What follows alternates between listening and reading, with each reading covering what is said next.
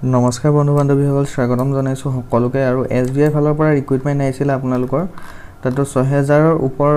Vacancy আহিছিল তো vacancy খিনি যদি আপোনালোকে অনলাইন এপ্লাই কৰে তেতিয়াহলে কৰিব পাৰিব 6 আগষ্টৰ পৰা 26 আগষ্টৰ ভিতৰত অনলাইন এপ্লাই কৰিব লাগিব তো ইয়াতে অসমৰ কাৰণে আছে আপোনালোকৰ 176 ভ্যাকেন্সি আছে 170 ওপৰ ভ্যাকেন্সি অসমৰ কাৰণে আছে আৰু ইয়াৰ অসমৰ SBI বেংকখিনিত আপোনালোকে পাব ভ্যাকেন্সিৰ পোষ্টিং আৰু ইয়াতে গ্ৰেজুৱেট পাস লাগে আৰু আপোনালোকে নিজৰ মোবাইলতে ঘৰত থাকি কেনেদৰে এপ্লাই কৰিব তাৰ ওপৰতে ভিডিওটো বনোৱা হৈছে এটো যে হেকলৈ চাই থাকিব আৰু যিকোনো ধৰণৰ আপডেট পাবৰ কাৰণে চেনেলটো সাবস্ক্ৰাইব কৰি সাইডৰ বেল আইকনটো দবাই ৰাখিব তেতিয়া সকলোখিনি আপডেট পাই থাকিব তো SBI ফালৰ পৰা যি 6000 ওপৰ ভ্যাকেন্সি আছিল তাতে অসমৰ কাৰণে 170 টাৰ ওপৰ ভ্যাকেন্সি ৰাখিছে তো পোষ্টখিনিত আপোনালোকে গ্ৰেজুৱেট হলে এপ্লাই কৰিব পাৰিব লিংক ইতিমধ্যে এক্টিভেট হৈছে 6 আগষ্টৰ পৰা 26 আগষ্টৰ ভিতৰত এপ্লাই কৰিব লাগিব তো OBC MOBC এখিনিৰ কাৰণে 750 रुपीस আৰু যিখিনি ST SC ক্যান্ডিডেট আছে আৰু PWD তেওঁলোকে কোনো ধৰণৰ ফিস দিব নালাগে তো এটো হৈছে লিংকটো লিংক ডেসক্ৰিপচনত দি ৰাখিছো ইয়াতে আপোনালোকে দেখা পাব এবাৰ এপ্লাই কৰাৰ পিছত লগইন কৰিব পাৰিব ৰেজিষ্ট্ৰেচন নাম্বাৰ পাছৱৰ্ড আৰু সিকিউৰিটি কোডটো দি পেনি সাবমিট কৰিব পাৰিব ইয়াত যেটো ক্যাপচা কোড দিয়া থাকে যেহেতু আমি নতুনকৈ এপ্লাই কৰিম তেতিয়াহলে click here for new registration আৰু ইয়াতে এপ্লাই কৰিবৰ কাৰণে সিম্পল গ্ৰেজুৱেচন হলে হ'ব এক্সট্ৰা কোনো ধৰণৰ কম্পিউটাৰ সাৰ্টিফিকেট বা বেলেগ একো নালাগে তাৰ পিছতে আহিলে first name confirm first name middle name confirm middle name last name confirm last name ইয়াত কি হয় নামটো দুবাৰ দুবাৰ লিখিব লাগে তো ইয়াত আপোনালোকৰ যেটো নাম হয় হেতু কনফাৰ্ম আকো লিখিব লাগিব কাৰবা যদি মিডল নেম থাকে কিছুনে নামটো পিছত কিবা মিডল নেম থাকে তো হেতু ইয়াতে দিব পাৰিব নিদিলে নালাগে আৰু লাষ্টত লাষ্ট নেমৰ যেটো আছে বা কনফাৰ্ম লাষ্ট নেম তাতে টাইটেলটো দিব প্ৰথমতে এই দুটা ঘৰৰ নামটো দিব আৰু লাষ্টত এই দুটা ঘৰৰ টাইটেলটো দিব তাৰ পিছতে ইয়াত আকৌ ফুল নামটো নিজে শো হ'ব ঠিক আছে এটা নিজে শো হ'ব তাৰ পিছতে আহিলে মোবাইল নাম্বাৰটো যেটো আপোনালোকৰ নিজৰ মোবাইল নাম্বাৰ হেতু দিব আৰু কনফাৰ্ম মোবাইল নাম্বাৰ আকৌ এগেইন হেতু দি দিব অল্টাৰনেটিভ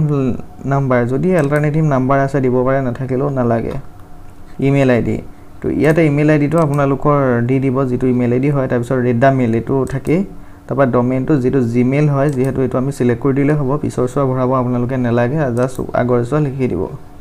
কনফাৰ্ম জিমেইল আইডি হেতু নিজে ইয়াতে আহি যাব বা এটো গুটেটো ইয়াতে লিখি দিব ইয়াত লিখোতে কিন্তু গুটেটো লিখিব লাগিব কিন্তু ওপৰ সিলেক্ট কৰিব লাগিব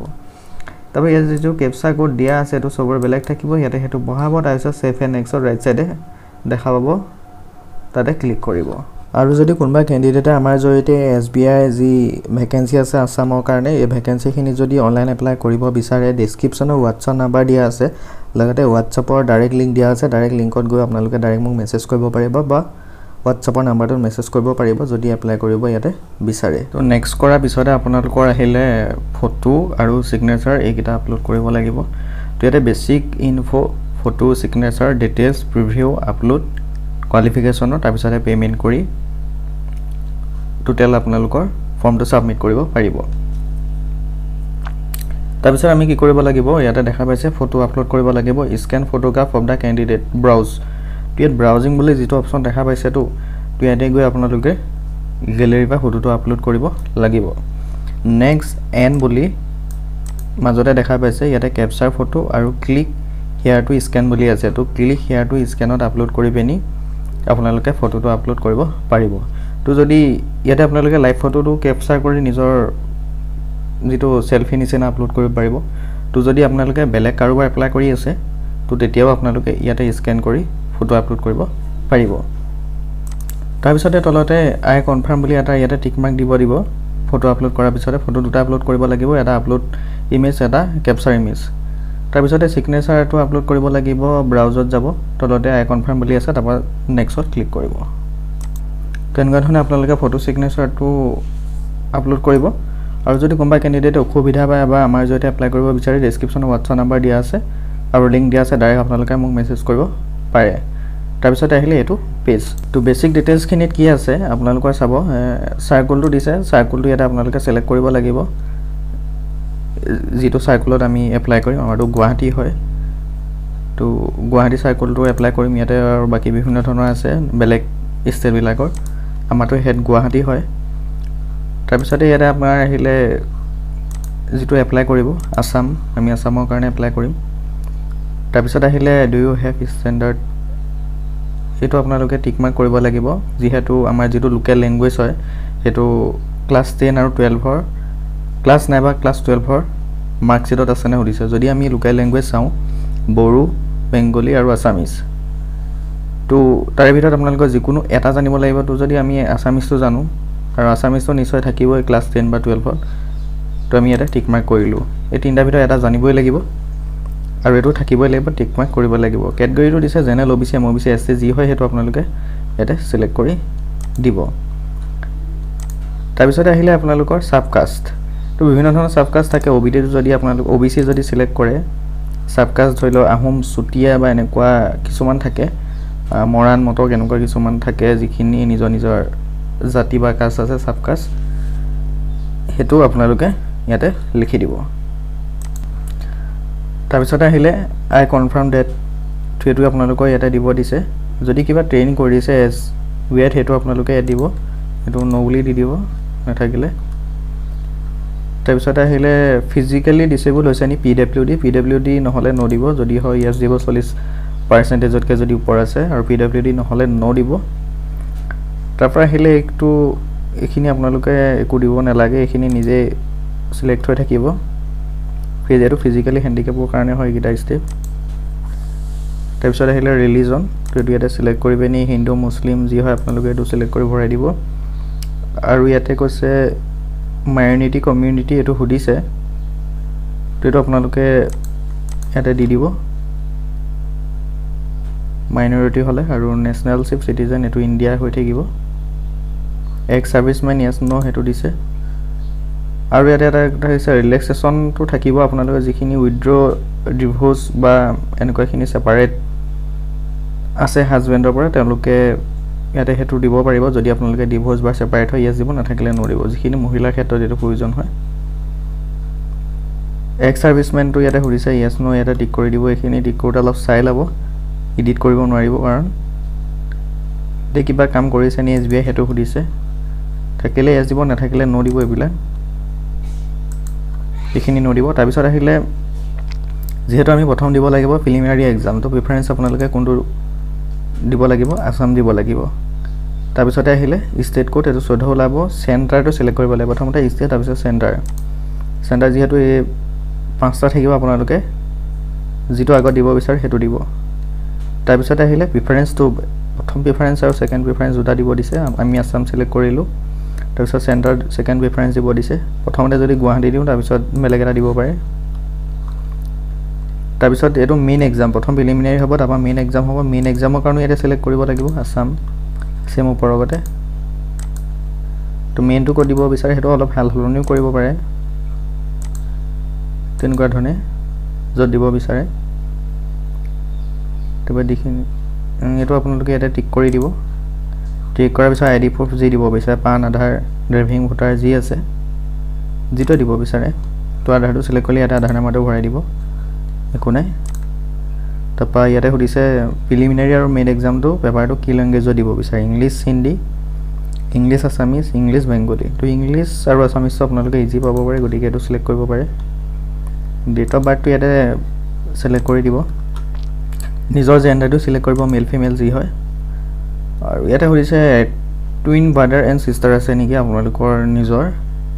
যদি টুইন আছে তেতিয়া হলে ইয়েস দিব আৰু তেখেতৰ যেটো জেন্ডাৰ হয় হেতু সিলেক্ট কৰি দিব যদি ইয়েস দিয়ে তেতিয়া ওলাব তেখেতৰ আৰু যদি আপোনালোকৰ টুইন নাই তেতিয়া হলে নো দিব থাকিলে তেওঁৰ ইয়াতে নামটো দিব আৰু আপুনি আনমেৰিড নে মেৰিড হয় হেতু ইয়াতে দিব তো কনসেন্ট আধাৰ ভেৰিফিকেশন হেতু ইয়েস দি দিব পাৰে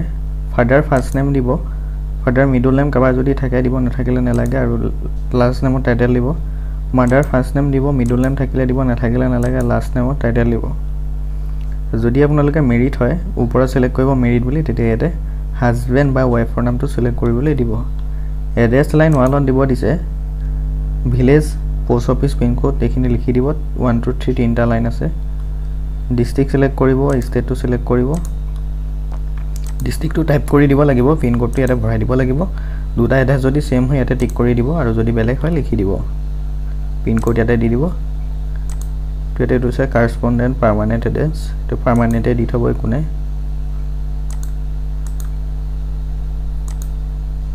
পার্মানেন্ট এড্রেস তাৰপিছত আপোনালোকৰ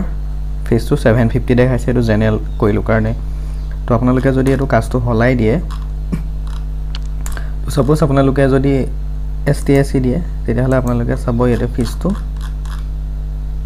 আপোনালোকৰ নীল।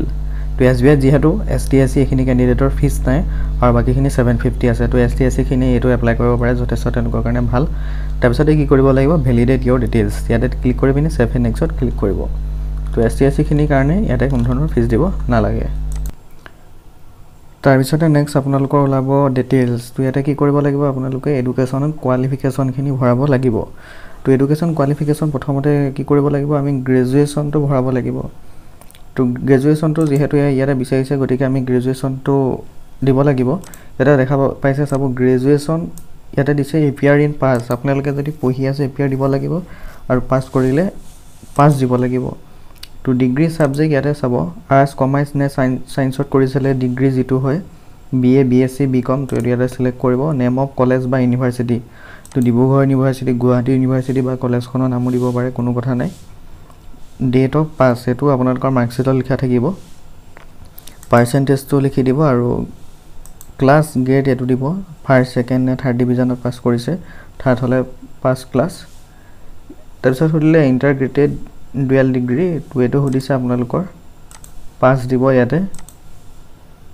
এইটো হৈছে আপোনালোকৰ হায়াৰ ছেকেণ্ডেৰী হয়, আৰ্টছ ছায়েন্স কমাৰ্চ যিহঁতে কৰিছে, বৰ্ডটোৰ নাম দিব, পাছটো এইটো আপোনালোকৰ ডেট মন দিয়ে, এইটো মাৰ্কশ্বিটত লিখা থাকিব, পাৰ্চেণ্টেজ দিব আৰু ক্লাছটো লিখি দিব। তাৰপিছতে আহিছে আপোনালোকৰ পোষ্ট গ্ৰেজুৱেশ্যন। তো ইয়াতে আপোনালোকে যদি পোষ্ট গ্ৰেজুৱেশ্যন কৰিছে সেইটো দিব পাৰে, আৰু যাৰ নাই তেওঁলোকে এইটো নিদিলেও হ'ব। তাৰপিছতে আপোনালোকে নেম অফ এমপ্লয়, যদি ৱৰ্ক এক্সপিৰিয়েঞ্চ কিবা আছে সেইটো দিব পাৰে, নাথাকিলেও নালাগে, এইটো মেণ্ডেটৰী নহয়। তাৰপিছত আহিলে আদাৰ ডিটেইলছ, তো PWD কেণ্ডিডেট হয় নেকি সেইটো ইয়াতে সুধিছে, তো ইয়েছ হ'লে ইয়েছ দিব, নাথাকিলে নো দিব। লেংগুৱেজটো আছামিজটো এইটো থাকিবই লাগিব, বাকী হিন্দী ইংলিছ এইখিনি যি জানে ইয়াতে টিক কৰি পিনি ভেলিডেট ইয়ৰ ডিটেইলছ কৰিব আৰু তাৰপিছতে ছেভ এণ্ড নেক্সটত ক্লিক কৰিব। তো নেক্সট কৰাৰ পিছতে আপোনালোকৰ গোটেই ফৰ্মটো ওলাব, তাৰপিছতে তলত আপোনালোকে যাব লাগিব, গোটেই ডিটেইলছখিনি ওলোৱাৰ পিছত তলত যাব,